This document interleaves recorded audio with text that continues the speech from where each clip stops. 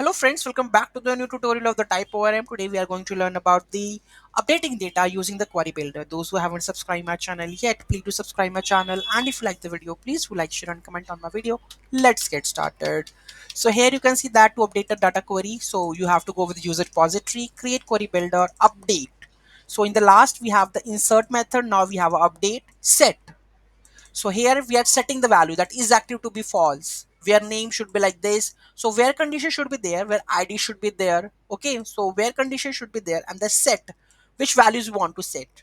Okay, and the update which entity you want to update. Okay, and then execute this. Let's run this. Okay, so the we are setting the is active to be false where the name is Alice.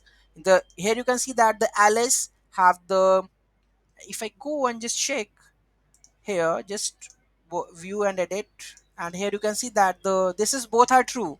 I want the Alice to be false. Okay, so let's update this query. Okay, so let's add this query over here, and where to create query builder, name is active to be false where Alice should be there. Okay, and here I'm going to add the Alice 3. Okay, and Alice 3 over here. Okay, and in the you can see about the select query, we have make the active to be true, only active records would be get in, right? So let's save this and execute this query. Okay, here we go with two records come, Alice 2 and Alice 3, because Alice is updated to the false statement. If I go and just check over here, you can see that. Okay, so Alice gonna be the false one. So this is how you can update the query using the query builder. Any doubt, any query in that, do let me know in the comment section. Thank you so much for watching this video. Have a great day.